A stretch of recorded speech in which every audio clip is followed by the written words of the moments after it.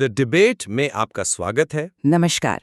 आज हम Indian premiere league मतलब आईपीएल की एक बहुत ही बड़ी और सनसनीखेज खबर पर बात करने वाले हैं।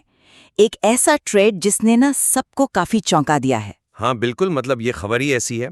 राजस्थान रॉयल्स आरआर अपने कप्तान और विकेटकीपर बल्लेबाज संजू सैमसन को चेन्नई सुपर किंग्स यानी सीएसके को दे रही है और बदले में आरआर को मिल रहे हैं दो जाने माने ऑलराउंडर्स रविंद्र जडेजा और सैम करन। ये अदला बदली मतलब आईपीएल इतिहास की शायद सबसे बड़ी ट्रेड्स में से एक मानी जा रही है। और हमारी ये जो पूरी चर्चा है वो इसी ट्रेड से जुड़ी जो भी जानकारी अब तक सामने आई है उसी पर आधारित है। जाहिर है इतने बड़े नाम जब इधर से उधर होते हैं तो सवाल तो उठेंगे ही। बिल्कुल। तो आज का जो हमारा मुख्य सवाल है वो यही है कि क्या ये जो ट्रेड हुआ है जिसमें 3 स्टार खिलाड़ी शामिल हैं, क्या इस स्ट्रेटेजिकली मतलब रणनीतिक तौर पर राजस्थान रॉयल्स और चेन्नई सुपर किंग्स दोनों के लिए एक फायदेमंद सौदा साबित होगा? और इसी सवाल पर ना हमारे दो अलग-अलग व्यू पॉइंट्स है। एक तरफ तो ये माना जा रहा है कि वही ये ट्रेड दोनों टीमों की जो मौजूदा ज़रूरतें हैं उनको देखते हुए एक काफ़ी सोचा समझा लॉजिकल कदम है। और दूसरा नजरिया जो मैं पेश करूंगा वो ये है कि हाँ, ये ट्रेड असल में दोनों टीमों के लिए स्ट्रैटेजिकली बहुत फायदेमंद है। उनकी जो अभी की ज़रूरतें हैं और जो आगे की प्लानिंग है उसको देखते हुए ये बिल्कुल सही कदम लगता है। जबकि मेरा मानना है कि इस सौदे में ना फायदे से ज्यादा जोखिम जुड़े हुए हैं और ये दोनों ही टीमों के लिए एक बहुत अनिश्चितता भरा बड़ा गैम्बल है। तो चलिए मैं पहले अपनी बात रखता हूं कि क्यों मुझे ये लगता है कि ये ट्रेड दोनों टीमों के लिहाज से सही है। देखिए, सबसे पहले तो ये समझना जरूरी है कि ये नौबत आई क्यों। जो खबरें आ रही हैं उनके मुताबिक संजू सैमसन ने खुद आईपीएल 2025 सीजन के बाद राजस्थान रॉयल्स छोड़ने की इच्छा जताई थी। अब देखिए, जब आपका कैप्टन और आपका मेन प्लेयर ही टीम में नहीं रहना चाहता तो मैनेजमेंट के पास फिर मतलब बहुत लिमिटेड ऑप्शंस बचते हैं। आरआर को एक अच्छा सौदा करना ही था और उनको अपनी टीम में ना ऑलराउंडर्स की कमी महसूस हो रही थी, खासकर मिडिल ऑर्डर में और फिनिशिंग रोल्स में। अब इस ट्रेड से क्या हुआ, उन्हें न सिर्फ एक बल्कि 2 क्वालिटी ऑलराउंडर मिल गए। रविंद्र जडेजा, जिनका सीएसके के साथ ट्रैक रिकॉर्ड शानदार रहा है, कौन भूल सकता है 2030 का फाइनल, पर 2025 में भी बल्ले से 301 रन बनाए और वो सीएसके के हिस्ट्री में सबसे ज्यादा विकेट लेने वाले बॉलर भी हैं। उनका जो तजुर्बा है वो आरआर के बहुत काम आएगा। साथ में सैम करन, एक यंग प्लेयर जिसमें पोटेंशियल बहुत है। ठीक है, पिछला सीजन एवरेज गया मानता हूं, लेकिन ये दोनों मिलकर टीम को वो बैलेंस दे सकते हैं जिसकी आरआर को तलाश थी।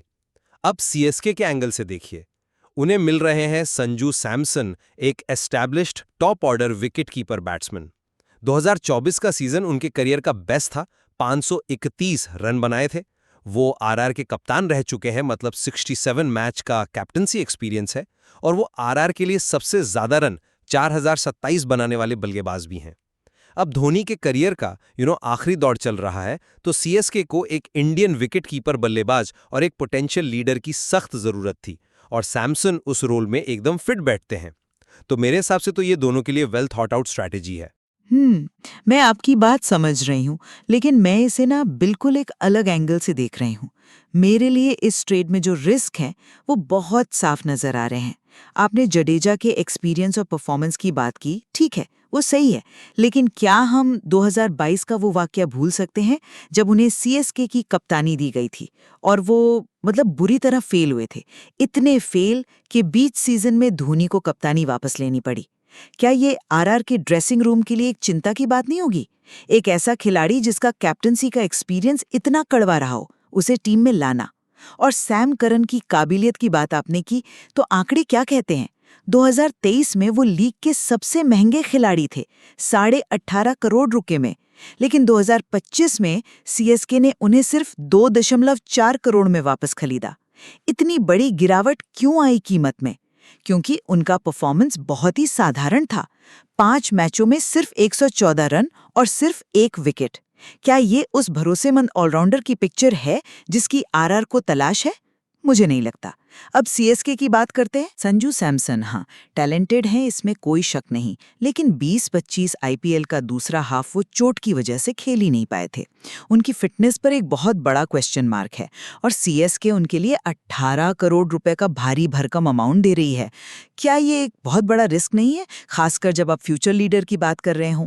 और सबसे बड़ी बात, जिसे अक्सर हम इग्नोर कर देते हैं, ये सिर्फ प्लेयर्स का लेन देन नहीं है। सैमसन 11 सीजन से आरआर के साथ थे, वो टीम का फेस थे। जडेजा 2012 से सीएसके की पहचान रहे हैं। हाँ, वो 2 साल का बैन छोड़ दें तो इन खिलाड़ियों का अपनी टीमों और फैंस के साथ एक इमोशनल कनेक्ट था।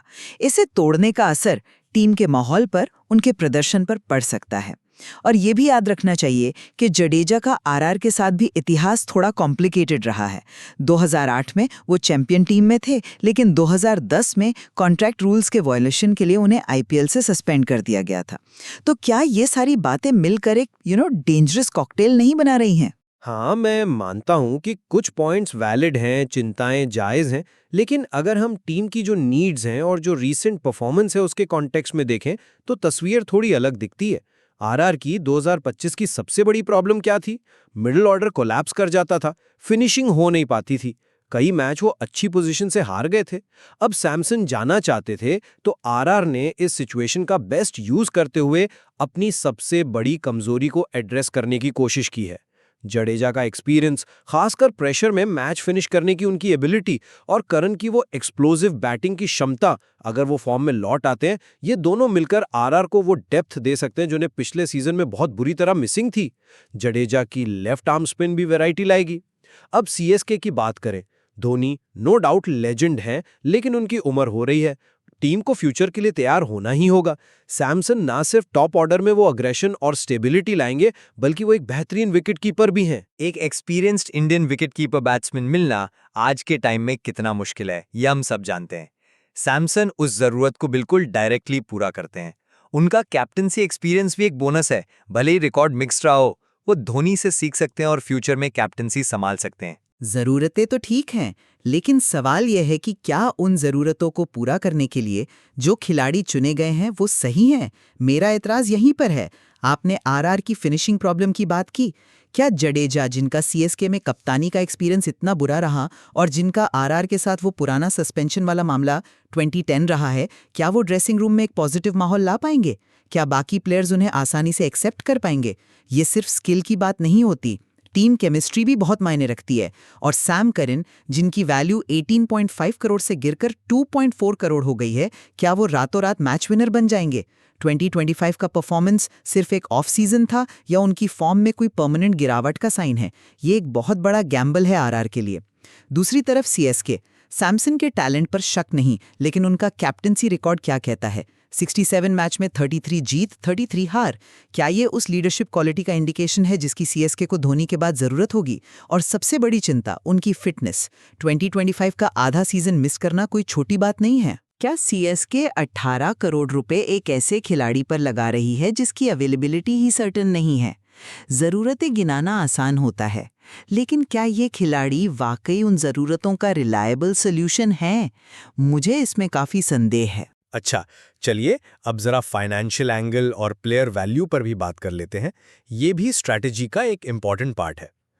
आरआर ने एक प्लेयर, सैमसन, जिसकी कीमत 18 करोड़ थी, के बदले में 2 प्लेयर लिए हैं।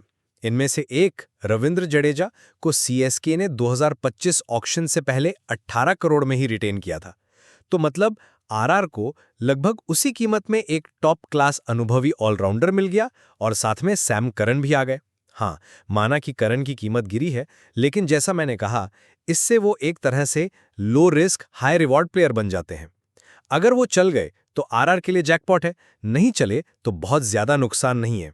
दूसरी तरफ सीएसके का संजू सैमसन पर 18 करोड़ खर्च करना।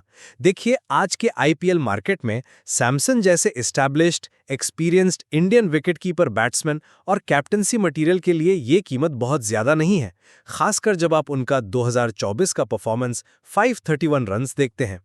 ये एक तरह से मार्केट रेट है एक टॉप इंडियन खिलाड़ी के लिए। सैम करन की कीमत 18 साढ़े 18 करोड़ से गिरकर 2.4 करोड़ हो जाना, इसे लो रिस्क कहना मुझे सही नहीं लगता। ये उनके परफॉर्मेंस में आई जबरदस्त गिरावट का डायरेक्ट रिफ्लेक्शन है। ये दिखाता है कि मार्केट का उन पर से कॉन्फिडेंस कितना कम हुआ है। क्या आरआर ने वाकई एक स्टार खिलाड़ी सैमसन के बदले सही वैल्यू पाई है, या उन्होंने एक ऐसे एक्सपीरियंस्ड प्लेयर को लिया है जिनका कैप्टनसी का ट्रैक रिकॉर्ड खराब है और जिनका अपने पुरानी टीम आरआर के साथ भी इशू रहा है, और साथ में एक ऐसा यंग प्लेयर जो बुरी तरह आउट ऑफ फॉर्म है? ये कैसी वैल्यू है? अब सीएसके की बात, 18 करोड़ सैमसन के लिए मार्केट रेट हो सकता है, पर यह तब होता है जब प्लेयर पूरी तरह फिट हो और कंसिस्टेंटली परफॉर्म कर रहा हो। सैमसन अभी चोट से लौटे हैं, अगर उनकी फिटनेस ने फिर धोखा दे दिया तो सीएसके के 18 करोड़ वेस्ट जा सकते हैं। क्या ये रिस्क लेना समझदारी है, खासकर तब जब आपके पास डेवॉन कॉनवे जैसा विकेटकीपर ऑप्शन ऑलरेडी है? हाँ, वो ओवरसीज हैं, मानती हूँ। वैल्यू सिर्फ प्राइस टैग ही नहीं होती, परफॉर्मेंस, फिटनेस और टीम पर इम्पैक्ट से तय होती है। इस लिहाज से मुझे ये सौदा दोनों के लिए महंगा लग रहा है। बोल्ड फैसले लेने पड़ते हैं। टीम कोर और कंटिन्यूटी हाँ बिल्कुल महत्वपूर्ण है, लेकिन उसमें ना एक ठहराव नहीं आना चाहिए। अगर कोई खिलाड़ी जैसे सैमसन टीम में नहीं रहना चाहता तो उसे जबरदस्ती रोककर आप टीम का भला नहीं कर सकते। आरआर मैनेजमेंट ने उस सिचुएशन में बेस्ट पॉसिबल ऑप्शन चुना। एक प्लेयर जो जाना चाहता था उसे जाने दिया और बदले में 2 ऐसे प्लेयर्स लाए जो टीम की वीकनेस को एड्रेस कर सकते हैं। ये टीम को एक नई एनर्जी और डायरेक्शन देने की कोशिश है। सीएसके के लिए भी ये बदलाव जरूरी था। धोनी का एरा खत्म होने वाला है और उन्हें फ्यूचर की तरफ देखना ही होगा। सैमसन अपने एक्सपीरियंस और इंडियन प्लेयर होने के नाते उस फ्यूचर प्लान का सेंटर बन सकते हैं। हाँ, इसमें थोड़ा रिस्क है, पर बिना रिस्क लिए बड़े बदलाव नहीं होते। ये ठहराव को तोड़ने और नई पॉसिबिलिटीज को एक्सप्लोर करने का एक प्रयास है। ये एक वैलिड पॉइंट है कि बदलाव जरूरी है, पर सवाल यह है कि किस कीमत पर। आपने टीम कोर की बात की। ये सिर्फ कुछ खिलाड़ियों का ग्रुप नहीं होता, ये टीम की सोल होती है, उसकी आइडेंटिटी होती है। रविंद्र जडेजा सीएसके के लिए क्या थे? वो सिर्फ एक ऑलराउंडर नहीं थे, वो धोनी के लेफ्टिनेंट थे, टीम के इमोशनल कोर थे। 3 आईपीएल टाइटल्स में उनका रोल क्रिटिकल रहा है। वो सीएसके के सबसे सक्सेसफुल बॉलर हैं, धोनी के साथ जॉइंटली सबसे ज्यादा मैन ऑफ द मैच जीतने वाले खिलाड़ी हैं। ऐसे प्लेयर को खोना सिर्फ आंकड़ों का नुकसान नहीं है, ये टीम के कैरेक्टर पर असर डालता है। फैंस के लिए एक बहुत बड़ा झटका है। इसी तरह संजू सैमसन आरआर के लिए क्या थे? 11 साल से टीम के साथ सबसे ज्यादा रन बनाने वाले बैट्समैन, कप्तान, जिसने टीम को 2022 में फाइनल तक पहुंचाया, वो आरआर की पहचान थे। इन दोनों खिलाड़ियों का जाना सिर्फ बैलेंस शीट पर असर नहीं डालेगा, ये ड्रेसिंग रूम के माहौल, फैंस के कनेक्शन और शायद मैदान पर परफॉर्मेंस को भी बुरी तरह इम्पैक्ट करेगा। कंटिन्यूटी सिर्फ आदत नहीं होती, ये कॉन्फिडेंस और विनिंग कल्चर का बेस होती है। इतने बड़े पिलर्स को एक साथ हिला देना खतरनाक हो सकता है। इमोशनल पहलू जरूरी है, मैं मानता हूं, लेकिन खेल आखिरकार परफॉर्मेंस पर ही चलता है। और अगर हम रीसेंट परफॉर्मेंस और फ्यूचर पोटेंशियल देखें तो तस्वीर उतनी भी निराशाजनक नहीं है। जडेजा ने 2023 के फाइनल में वो आखिरी 2 बॉलों पर मैच जिताकर और 2025 में बैट से अच्छा परफॉर्म करके दिखाया कि उनमें अभी भी मैच जिताने का वो दम है। वो एक एक्सपीरियंस्ड फाइटर हैं। सैमसन ने 2024 में जो फॉर्म दिखाई थी, 531 रन्स, वो उनके वर्ल्ड क्लास टैलेंट का सबूत है। इंजरीज खेल का हिस्सा है, मानता हूं, लेकिन अगर वो फिट रहते हैं तो वो सीएसके के लिए ट्रम्प कार्ड साबित हो सकते हैं। और सैम करन, हाँ, 2025 खराब गया, लेकिन वो यंग है। उनमें बाउंस बैक करने की जबरदस्त क्षमता है जो उन्होंने पहले दिखाई भी है। हो सकता है नई टीम, नया रोल उन्हें सूट कर जाए और वो फिर से अपनी लय पकड़ लें। आरआर उन्हें वो मौका दे सकती है। ये ट्रेड सिर्फ पिछले रिकॉर्ड पर नहीं, बल्कि फ्यूचर की पॉसिबिलिटीज पर भी बेस्ड है। ये कैलकुलेटेड रिस्क है, कोई अंधा जुआ नहीं। मैं इसे कैलकुलेटेड रिस्क से ज्यादा बड़ा जुआ ही कहूंगी। परफॉर्मेंस में कंसिस्टेंसी सबसे जरूरी होती है, और यहीं पर मेरे सवाल सबसे गहरे हैं। सैमसन की चोट कितनी सीरियस थी? क्या वो पूरी तरह रिकवर हो चुके हैं? क्या उनकी फिटनेस लंबे आईपीएल सीजन का प्रेशर झेल पाएगी? ये 18 करोड़ रुपए का सवाल है। सैम करन का 2025 का परफॉर्मेंस क्या सिर्फ एक वन ऑफ सीजन था, या उनकी टेक्निक या कॉन्फिडेंस में कोई डीपर इशू है? क्या आरआर उन पर as a main allrounder rely कर सकती है? और रविंद्र जडेजा, हाँ, बेशक वो फाइटर हैं, लेकिन एज भी एक फैक्टर है। भले ही सोर्स में उम्र ना दी हो, क्या वो हर सीजन में उसी इंटेंसिटी से तीनों डिपार्टमेंट्स बैटिंग, बॉलिंग, फील्डिंग में कंट्रीब्यूट कर पाएंगे, खासकर T20 जैसे फास्ट फॉर्मेट में? उनकी फील्डिंग थोड़ी सी स्लो हुई है पिछले कुछ टाइम में। मुझे लगता है कि ये ट्रेड ना प्रेजेंट की ठोस रियलिटी से ज्यादा पास्ट की रेपुटेशन और फ्यूचर की अनसर्टेन होप्स पर टिका है। इसमें अगर मगर शायद बहुत ज्यादा हैं और इतने बड़े नामों के साथ इतना ज्यादा अगर मगर चिंता की बात है। तो संक्षेप में कहूं तो मेरा मानना ये है कि ये व्यापार दोनों टीमों के लिए एक रणनीतिक जरूरत का एक बहुत ही प्रैक्टिकल सॉल्यूशन है।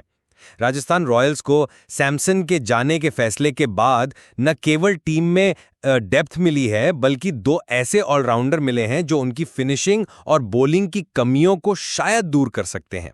वहीं चेन्नई सुपर किंग्स को सैंजो सैमसन के रूप में एक top class explosive Indian wicketkeeper batsman और फ्यूचर का कैप्टन मिला है, जो धोनी के बाद के एरा के लिए उनकी प्लानिंग में एकदम फिट बैठता है। हाँ, ये एक बड़ा मूव है, पर इसमें दोनों टीमों के लिए काफी फायदे की स्पष्ट संभावना नजर आती है। कंट्रोवर्शियल इतिहास, जडेजा का कैप्टनसी रिकॉर्ड और आरआर से सस्पेंशन, मेन प्लेयर्स के रीसेंट फॉर्म में चिंताजनक गिरावट, करण का 2025 परफॉर्मेंस और प्राइस ड्रॉप और चोट की सीरियस चिंताएं, सैमसन की फिटनेस, ये सब मिलकर इस सौदे की सक्सेस पर एक बड़ा क्वेश्चन मार्क लगाते हैं। ये सिर्फ खिलाड़ियों का एक्सचेंज नहीं है, ये टीमों के कोर और उनकी आइडेंटिटी से जुड़ा एक बहुत बड़ा दांव है, जिसके नतीजे अप्रत्याशित हो सकते हैं और शायद नेगेटिव भी। तो ये बिल्कुल साफ है कि इस बड़े खिलाड़ी व्यापार को लेकर दोनों तरफ काफी मजबूत तर्क मौजूद हैं। क्या यह एक ऐसा रणनीतिक कदम साबित होगा जो दोनों टीमों को नई ऊंचाइयों पर ले जाएगा, या फिर ये एक महंगा और जोखिम भरा एक्सपेरिमेंट बनकर रह जाएगा, जिससे उभरने में शायद दोनों टीमों को काफी समय लग सकता है? इसका जवाब तो अब खैर आने वाला IPL सीजन ही देगा। बिल्कुल। और इस विषय से जुड़ी जो जानकारी हमारे पास है, उसमें यकीनन और भी कई पहलू हैं जिन पर गहराई से सोचा जा सकता है। अलग अलग नजरियों को समझना हमेशा ही अच्छा होता है। सहमत हूँ। तो आज की इस दिलचस्प बातचीत को यहीं रोकते हैं।